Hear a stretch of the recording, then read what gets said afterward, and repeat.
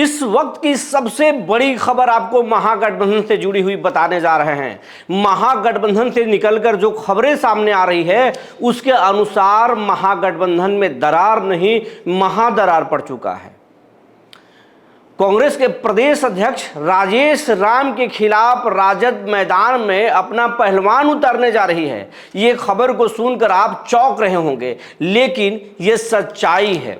जी नमस्कार, मैं हूं विपुल कुमार और आप देख रहे हैं सूर्य बिहार डिजिटल न्यूज़। अब हम बिहार के तमाम दर्शकों से अपील करना चाहते हैं कि अगर आप इस न्यूज़ पे अब तक नहीं जुड़े हैं तो यूट्यूब पर जाकर सूर्य बिहार को सब्सक्राइब कर लीजिए, बेल आइकन को दबा लीजिए। अगर आप हमें फेसबुक पर देखते हैं तो पेज को फॉलो करना ना भूलें। अब खबर आपको विस्तार से बताने जा रहे हैं। जो खबरें निकलकर छनकर जो सामने आ रही है उसके अनुसार कांग्रेस के जो प्रदेश अध्यक्ष हैं वो औरंगाबाद जिले के कुटुंबा सुरक्षित सीट से उम्मीदवार हैं। उनकी नामों की घोषणा भी हो चुकी है।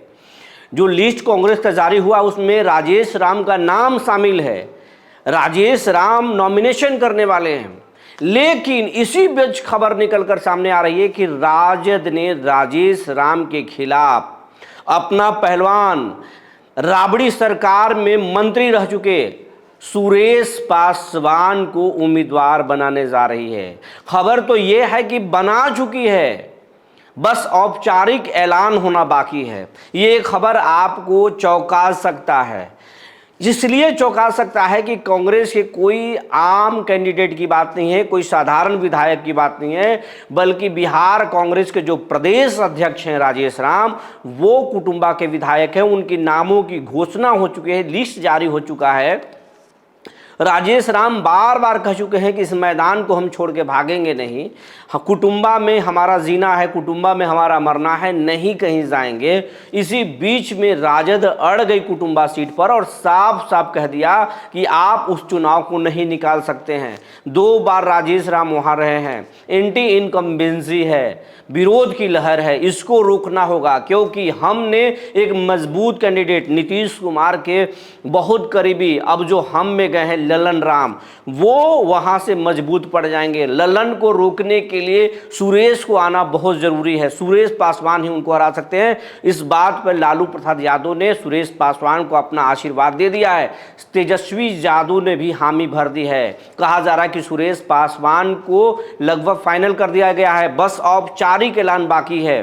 राजेश राम के खिलाफ डॉक्टर सुरेश पासवान जो पूर्व मंत्री हैं वो कुटुंबा से राजद के उम्मीदवार होंगे, बस औपचारिक ऐलान होना बाकी है। इस संबंध में हमने बात करने की कोशिश हुई, हमने बात भी की है। हम आपको ये नहीं बता सकते कि राजद में हमारी किससे बात हुई, लेकिन राजद के एक बड़े नेता से हमारी बात हुई। उन्होंने इस बात की पुष्टि की है कि हाँ, कुटुंबा में फ्रेंडली फाइट होगा। राजेश राम के खिलाफ हमने उम्मीदवार उतार दिया है, डॉक्टर सुरेश पासवान को। सुरेश पासवान राजद के वहां उम्मीदवार होंगे। अब समझिए, अगर राजेश राम के खिलाफ अगर आरजेडी ने उम्मीदवार उतार दिया तो फिर महागठबंधन में दरार नहीं बल्कि बहुत बड़ी दरार आ जाएगी, एक तरह से बिखर जाएगा। क्योंकि जब कांग्रेस के अध्यक्ष के खिलाफ राजद मैदान में उतारेगी तो फिर राजद के खिलाफ भी कांग्रेस कई जगहों पर अपने पहलवान उतार सकती है। ये सब जगहों पर हो सकता है। ये एक बड़ी खबर है, झटका देने वाली खबर है। लेकिन राजनीतिक पंडित ये भी कह रहे हैं कि हो सकता है कि एक फ्रेंडली फाइट का बहाना हो और राजेश राम इस सीट को छोड़कर कहीं दूसरे सीट से, अच्छे सीट से वो लड़ जाएं, जहां पर जो राजद के मजबूत सीट हो, जो सुरक्षित सीट हो, उन सीटों से वो लड़ सकते हैं। पहले चरण का नामांकन खत्म हो चुका है। अब जो दूसरे चरण का जहां नामांकन बाकी है वहां पर ही अब राजेश राम, हालांकि इसकी बहुत कम गुंजाइश है कि राजेश राम कुटुंबा को छोड़ेंगे, क्योंकि कुटुंबा को लेकर बार बार वो मीडिया में बयान देते रहे हैं कि कहीं नहीं जाएंगे। लेकिन अगर ये सच है, अगर औपचारिक ऐलान हो जाता है सुरेश पासवान का, तो फिर राजेश राम के लिए बहुत मुश्किल हो जाएगा, राजद के लिए भी दिक्कत हो सकता है। लेकिन राजेश राम हो सकता है कि कहीं चले जाएं, अब देखने वाली बात होगी कि आगे क्या होगा, लेकिन ये खबर चौंकाने वाली है।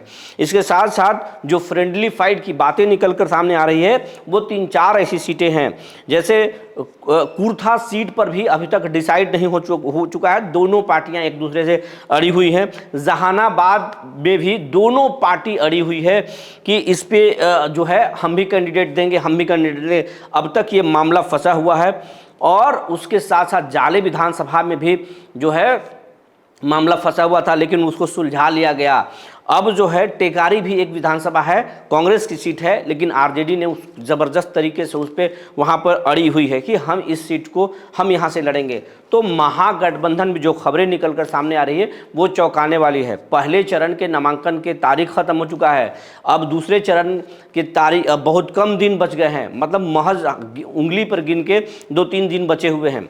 और इतने दिनों में अब तक ये गठबंधन में इस तरह का खेल हो रहा है तो फिर क्या होगा। लेकिन हाँ, एक और बात है, जिस तरीके से एनडीए ने अपने उम्मीदवार बिछाए हैं, अब लालू प्रसाद यादव मोर्चा संभाल चुके हैं। तेजस्वी यादव को बोले हैं कि आप देखिए, आप डिसाइड कीजिए, लेकिन मैं बता रहा हूं उस तरीके से आप बिछाइए। लालू प्रसाद यादव ने मोर्चा संभाल लिया और एक एक सीट पर अब टक्कर देने की बात हो रही कि ऐसे ऐसे उम्मीदवार उतारे जाएंगे कि अब वहां पर मुश्किल होगा, एनडीए को मुश्किल होगा। वैसे औरंगाबाद के 4 विधायकों के, आरजेडी के जो 4 विधायक हैं उनकी सीटें अभी होल्ड है, उसमें भी फेरबदल के संकेत हैं। तो बहुत कुछ है, लेकिन ये सबसे बड़ी अब तक की जो खबर है, राजेश राम के खिलाफ राजद ने सुरेश पासवान को उम्मीदवार बनाने जा रही है। ये बातें हैं, लगभग फाइनल है, बस औपचारिक ऐलान बाकी है। जो जानकारी निकल कर आई थी हमने आपको बता दिया। तब तक के लिए धन्यवाद।